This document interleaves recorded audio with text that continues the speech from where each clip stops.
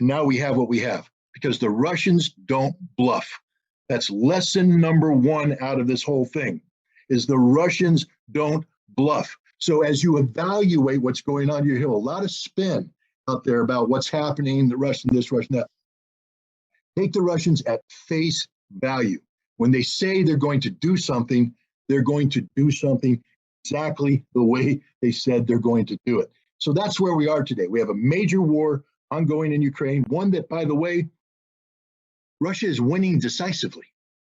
I'm not here to promote war. This is an anti-war group, but we're here to talk about the facts. And the fact is, Russia is winning this war decisively. We can go through the metrics all you want. I have a huge amount of experience in this. I've been studying military math all my life. And I'm telling you right now, whatever metric you put up there, Russia has won this war hands down. And they're in the process of, I believe, wrapping up one of the most stunning military victories in modern history. But you won't hear about that because our media is spinning it the exact opposite. And maybe we can talk about why that is at a later date, but that's where we are today. I hope that wasn't too long of an answer. There's never been a democracy in Ukraine. Ukraine is one of the most corrupt nations on the planet. Everybody talks about Russian oligarchs. The Ukrainians have more oligarchs per capita than the Russians do, and their oligarchs actually control the politics. How did Zelensky become president? Zelensky was a comedian working for a channel owned by an oligarch who decided, I want to make you president. Zelensky didn't wake up one day and go, I want to be president. He played one on TV, a very popular comedy, I think called Servant of the People. I've watched it. Funny as heck. Really good show. You should watch it. But it's not reality. It's fiction. But it's like if Americans were watching West Wing and decided to elect Martin Sheen as president because he played one on TV.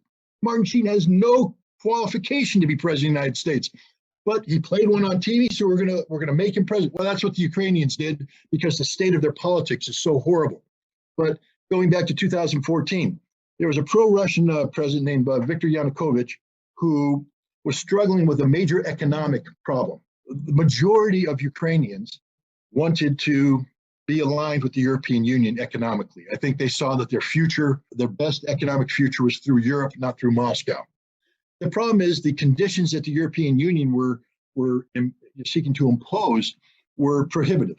And it would have required actually Russia to pay for Ukraine to become an EU member. And Putin met with Yanukovych and said, look, I don't care if you join the EU. I'm just not going to pay for it. Russia's not paying for it. So if you want to join. But if you can't afford it, then you got to come in and work with me. And so Yanukovych thought about it and said, okay, we can't afford it. I'm going to Russia. Well, the people rose up. There was demonstration street, peaceful demonstrations, by the way, very peaceful demonstrations, the legitimate expression of democracy. I don't think anybody had a problem. Yanukovych didn't have a problem with these demonstrations. He understood where they were coming from. But then what happens is the United States and the European Union come in and say, there's a weakness here. We can solve this problem by orchestrating a coup d'etat that will eliminate Yanukovych, and we can bring in our own people. And these are people that the United States government had identified early on, and we had been training them actively. How do we know this? Because Victoria Nuland, who was the State Department official responsible for that part of the world, has been intercepted with a phone call, a famous phone call where she told the European Union something that we can't say on polite channels, but she also talked about our boy Yats. Yats, of course, is short for the name of a man who eventually became the prime minister of Ukraine. We handpicked this guy. We handpicked the government. We were talking about Yats competing with Klitschko and all this stuff, and who's going to be the best person. We're making the decisions. And this is a coup d'etat. Now, the peaceful demonstrators can't get rid of Yanukovych. So we brought in the people we know. We brought in the Bandera people.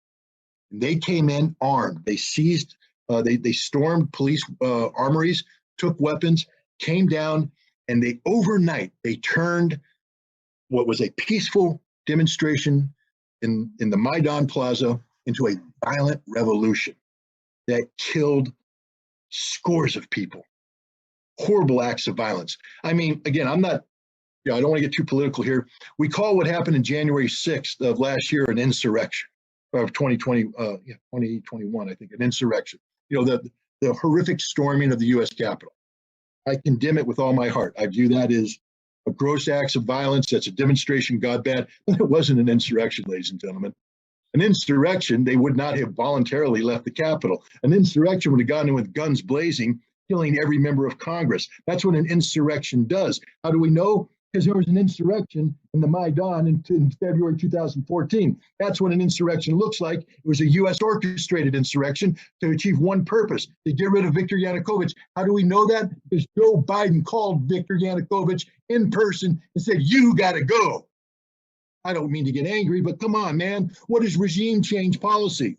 We've never had regime change policy. Why did Biden get on the phone and tell Yanukovych he has to go? That's regime change policy, literally. Writ large, big letters, and he left. But now what happened? You created this mess. You've empowered these Nazis, and they're now in charge. Now, people say, again, but Scott, they're minorities, man. They're just, okay, yeah, they had the violence in the Maidan and all that, but at the end of the day, when they ran for parliament, they didn't get majorities in parliament. Well, you know what? Who else didn't have a majority? The Bolsheviks. You go back and study Russian history, you got these two major elements. You got the Mensheviks, which means small, and the Bolsheviks, which means big. But the Mensheviks are actually big, and the Bolsheviks are actually small. Why did the Bolsheviks win? Because they were violent. They were violent. And so now you've empowered these Bandera-worshiping neo-Nazis to come in and seize power, and they're not going to let it go.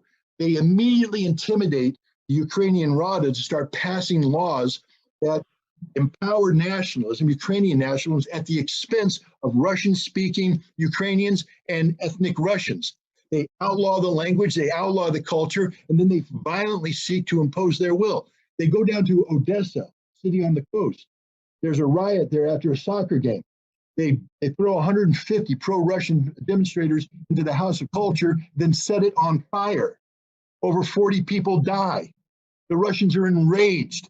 The Ukrainians start to make a move towards Crimea, and the Russian government says, not so fast. They send in the little green men, and Russia takes control of Crimea, blocking them. But where do the Nazis go from there? They head straight to the Donbass. They start assaulting the Russian population there. The Russians rose up. They declared independence.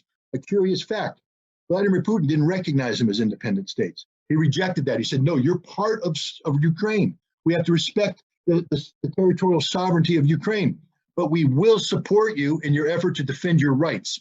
And so thus began the Ukrainian civil war in the Donbass, where the Ukrainian army, backed by these neo-Nazi military units, trying to forcefully impose themselves on a Russian population that rejects being manhandled by the Ukrainians. They form independent militias that are supported by the Russians. And now we have a war, a civil war. And it's a horrible war.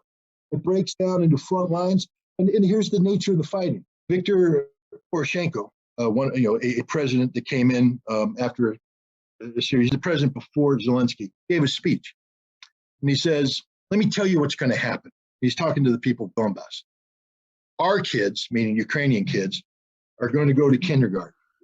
Then they're going to go to store, and they're going to go to the park, and they're going to have a normal life. Your kids are going to be cowering in the basements while we shell you every single day.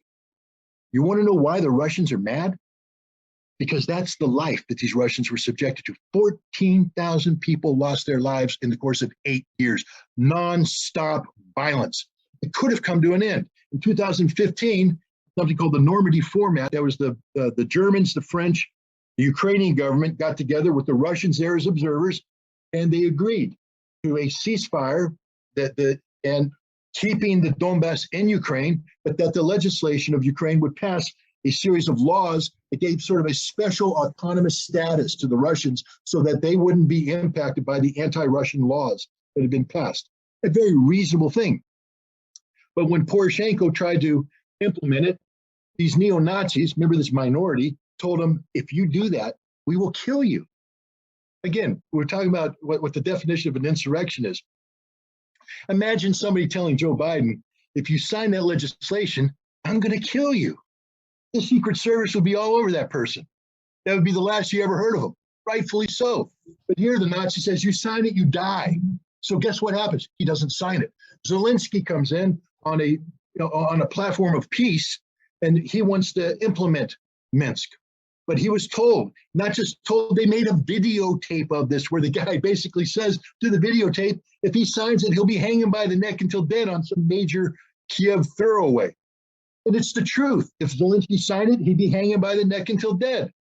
Who runs Ukraine? It's not Zelensky. It's not the parliament. It's the Nazis. And if you're a Russian, and I'm going to leave it with this, because this is the emotional part. You thought losing 14,000 people was emotional? I'm going to give you what emotional is. Emotional is losing 23 to 32 million people in a war against Nazi Germany. That is what defines Russia today.